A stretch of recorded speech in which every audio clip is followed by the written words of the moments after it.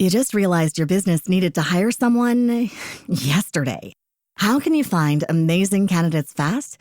Easy. Just use Indeed. Stop struggling to get your job post seen on other job sites. With Indeed sponsored jobs, your post jumps to the top of the page for your relevant candidates, so you can reach the people you want faster. According to Indeed data, sponsored jobs posted directly on Indeed have 45% more applications than non-sponsored jobs. Don't wait any longer. Speed up your hiring right now with Indeed. And listeners of this show will get a $75 sponsored job credit to get your jobs more visibility at Indeed.com/ARTS. Just go to Indeed.com/ARTS right now and support our show by saying you heard about Indeed on this podcast. Terms and conditions apply. Hiring? Indeed is all you need. Other shows we have for you to enjoy at myclassicradio.net. The Avengers was most certainly not a household name in South Africa prior to the radio series. With no national television service until 1976, the mechanism simply was not present in the country to show television programs to mass audiences. While many other countries reveled in the filmed adventures of John Steed and company, South Africa was not equipped to join in the fun. The series took Britain by storm and made a major impression in the American markets, being the greatest of rarities, a British series given a network transmission slot. However, as a filmed series, rather than a videotaped one, The Avengers was able to gain a modicum of exposure in South Africa through film rentals. Come and listen at myclassicradio.net.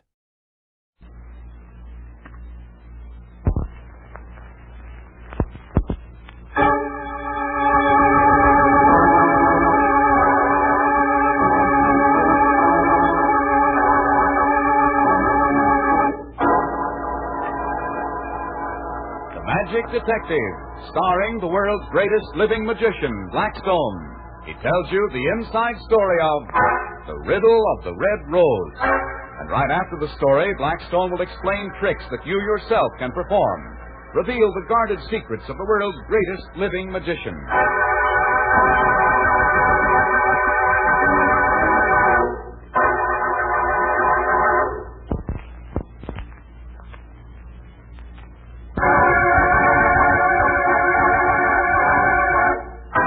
Stand by for Blackstone, the Magic Detective.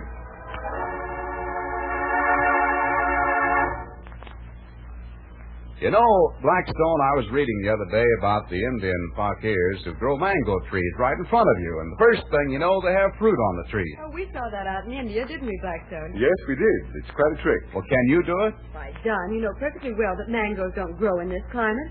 If this were Florida now, or Panama... But it isn't. So, no mangoes? So, no mangoes. Do the rose bush trick for him, Blackstone. Would you like to see that done? Of course he would. Well, here goes then. I take this empty flower pot and put it on the table. Now I wave my hand slowly back and forth over the pot like this. Are you watching carefully, Don? I certainly am, but I don't see anything except the empty pot. Hey, wait a minute. It's filling with dirt. Where's that coming from? It's magic, Don. Now watch Blackstone carefully. I pass my hands back and forth again, and again, and again. There's a shoot coming up in the pot, a green shoot. It's growing higher and higher. It's beginning to put out leaves. Why, it's a rose bush. If you make that plant bloom, Blackstone, I'll pass out. What's there near the top of the bush, Don? Right there. Why, it's a bud. Yes, and it's opening. It's a white rose. And there's another. Gosh, they're perfect. You never believed they were artificial. Artificial? They are not. Oh, come now. Of course they're artificial. Here, Don, I'll pick a couple of them. See? Smell them, Don. Feel the petals. Well, I'll be darned. Here's one for you to wear in your buttonhole. Thanks. Now, this is a swell white rose. Is it, Don? Well, of course it is. Look in the mirror. Hey, what the devil? It's red. It's turned red. Blackstone, you better tell him how you devised the trick. Do you want to hear about it, Don? Well, I certainly do. Well, Rhoda and I went to a party one night at the home of a friend of mine, Luther Clifton. Clifton's a funny old goat. He's about 112 and has spent his whole life inventing things. Some of his inventions were very good, Rhoda. Yeah, I know, but lots of them were awfully silly. I guess the reason I can't believe he was ever a good inventor was because he never stopped talking about his inventions. He bored me half to death. Well, he is eccentric, of course, but Really very nice. Rhoda and I got to the party a little early. Some of the guests had already arrived. And when we got there, the old man was in a swivet. He grabbed us and took us into his study and started pouring out his woes. Oh, dear me, Miss Blackstone, I don't know what I'm going to do. I swear I don't. I can't get a man to come out and fix it until Monday. Everybody's so independent these days. And something's bound to happen. I know it. Oh, dear, oh, dear, oh, dear. Hey, relax. Take it easy. That's easy enough for you to say, Rhoda, my Well, child. suppose you tell us what the trouble is, Luther. There are things worth millions there, millions, and irreplaceable, too. My life's work gone. Oh, dear, oh, dear, oh, dear. Well, what is it that's been stolen, Luther? Stolen? Stolen? Has something been stolen? You said your life work had been stolen. Stolen? Yes. Oh, no, not stolen, not yet. But it's going to be, yes, just as sure as I'm Luther Augustus Clifton. You mean you think your inventions are going to be stolen? That's it. That's exactly it. Very clever of you to guess. Very clever. Well, why don't you put them in your safe? Did, of course. Did. Then what's upsetting you? The safe. It's not safe. What do you mean? Just what I say. Just exactly what I say. Always make a point of meaning what I say. Combination's been stolen. And you can't get anyone to change it until Monday? That's right. Everybody's so independent these days. Or did I say that before? You said it before. Tell me, where is your safe? That's my little secret. Nobody knows. You mean the safe is hidden? Yes. Right in this room. See if you can find it. Bet you can't.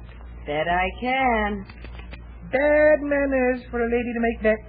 However, try and find it. You too, Blackstone. Bet you can't. It's in this room? Yes. Behind a picture? Nope. In that cabinet of glassware? Nope. Well, what's this cabinet over here? It has a door in it. I bet that's where it is. Open it and see. Oh, it's a music box. One of my inventions. Clever, isn't it? But it's not the safe. No, sir. Not the safe. Well, what about the bookcase? Oh, am I intruding, Lucy, dear? Oh, Juanita, come in. Juanita Marsh, Miss Brent, Mr. Blackstone. Oh, how do you do? How do you do? Juanita's been staying with me for several days. Her mother was an old friend of mine. Don't remember her very well, but Juanita says she was. Juanita's very good to an old man. Well, go on guessing. Go on. You still want us to go on? Oh, Juanita knows that the combination's missing. Don't you, child? Does she know where the safe is? No. She can play, too. Go on. Yes. Oh, we've just about covered everything in the room. I know. It's behind that mirror over there on the mantel. Clever of you, Blackstone. Very clever. With a mind like yours, you should have been an inventor. Yes, indeed, you... What are you doing, Juanita, child? I'm arranging these roses I picked for you, Lucy. I thought they'd make your study look more festive. Don't they look lovely? Oh, I love white roses. And that one red one looks beautiful with them. Yes, that's what I thought. So I'll put some more here, a few on the mantel, one over here on the music box. There. Thank you, my child. I'll pour water into these vases. Oh, this red one by the mirror is stunning, isn't it? Such a deep shade. And this white one over here on the music box is lovely. It's a little crooked, though. There, that's better. Why don't you take Miss Brent out and show her the rose garden, Juanita, dear? Oh, I'd like to very much. Why don't you and Mr. Blackstone come with us? We'll be along in a minute. I want to speak to Mr. Clifton. Run along, Juanita, and be sure to show Miss Brent the new hose I invented.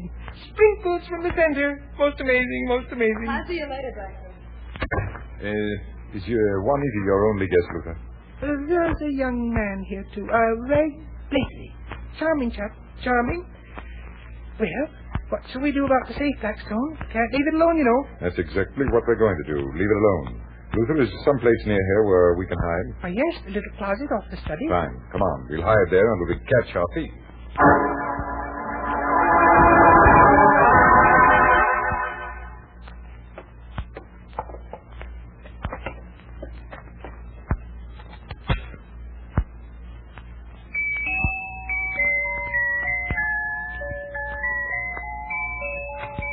Don't move or I'll shoot. There's your thief, Luther.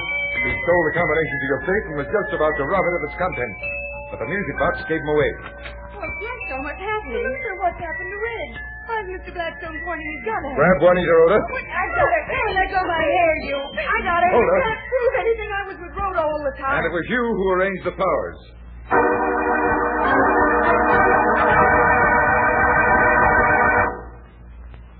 I don't understand, Blackstone. What connection did the flowers have to the attempted safe robbery? And how did you know that Reg was trying to rob the safe?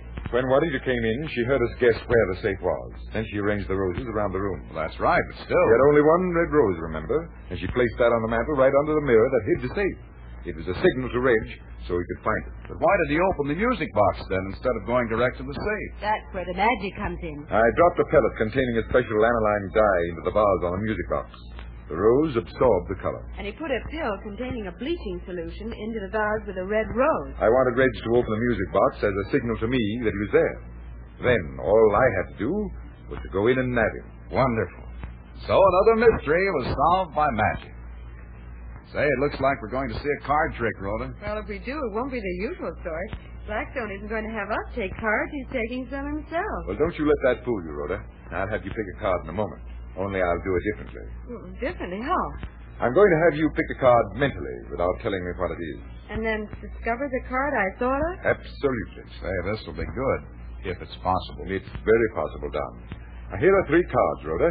The 6 of clubs, the 8 of diamonds, and the 10 of spades. Am I supposed to remember them? You're supposed to think of one and keep your mind fixed on it. But don't tell me the name of the card. Not yet. All right. I've thought of one. Very well. I'll put the 3 cards in my pocket, faces down. I'll keep concentrating, Rhoda. I'm concentrating. Now I shall remove 2 of the cards from my pocket without showing the faces. I shall put them face down on the pack. That leaves 1 card in your pocket. That's right. And is that 1 card supposed to be mine? It should be. Just tell Don the name of your card so he can see if I'm right. I thought of the 10 of spades, and if it's in your pocket, I'll scream. Let's see the card you kept, Blackstone. Here it is, right from my pocket. Ah, the 10 of spades. Oh, wait a minute, Blackstone. Can you work that trick again? I can work it any time, and every time. So can you, if I tell you how. And how's that? Well, think it over, Rhoda. And if you can't guess, I'll be back to explain the whole trick to you.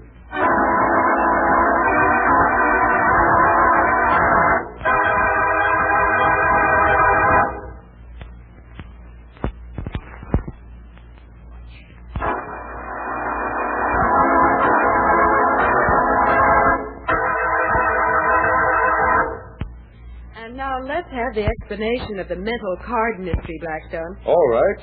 I showed you 3 cards, didn't I? A 6, an 8, and a 10.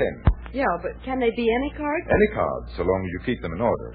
In this case, the top card is the 6, the next the 8, and the bottom the 10. Why is that? Because before I began the trick, Rhoda, I put 2 extra cards into my pocket. You mean any 2 cards? Any 2 cards.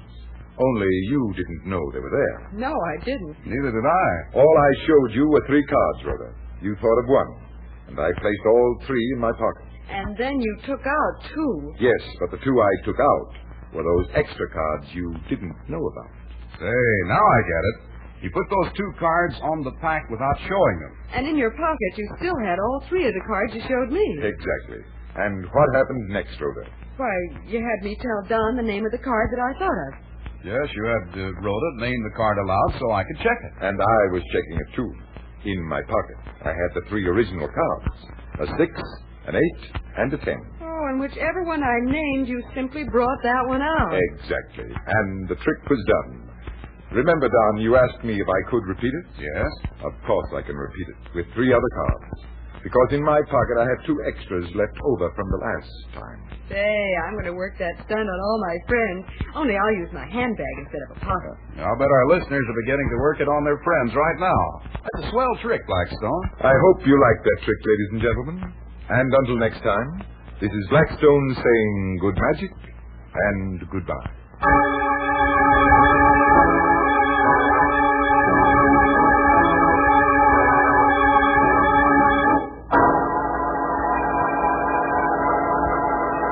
Be with us next time when the world's greatest living magician, Blackstone, tells us the story of the Aztec fire god and explains more tricks that you yourself can perform.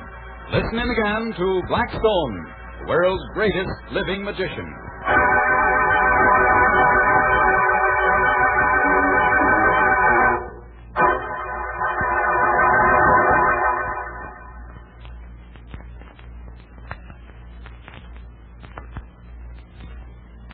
You just realized your business needed to hire someone yesterday.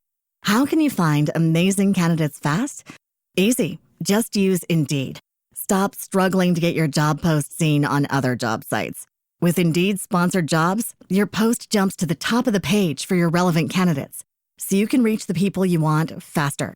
According to Indeed data, sponsored jobs posted directly on Indeed have 45% more applications than non-sponsored jobs. Don't wait any longer. Speed up your hiring right now with Indeed. And listeners of this show will get a $75 sponsored job credit to get your jobs more visibility at Indeed.com/ARTS. Just go to Indeed.com/ARTS right now and support our show by saying you heard about Indeed on this podcast. Terms and conditions apply. Hiring? Indeed is all you need. Other shows we have for you to enjoy at myclassicradio.net. The Black Museum was a 1951 radio crime drama program independently produced by Harry Alan Towers and based on real-life cases from the files of Scotland Yard's Black Museum. Ira Marion was the scriptwriter, and music for the series was composed and conducted by Sidney Torch. Although often mistakenly cited as being produced for the BBC, the series was produced and syndicated commercially by Towers throughout the English-speaking world. Come and listen at myclassicradio.net.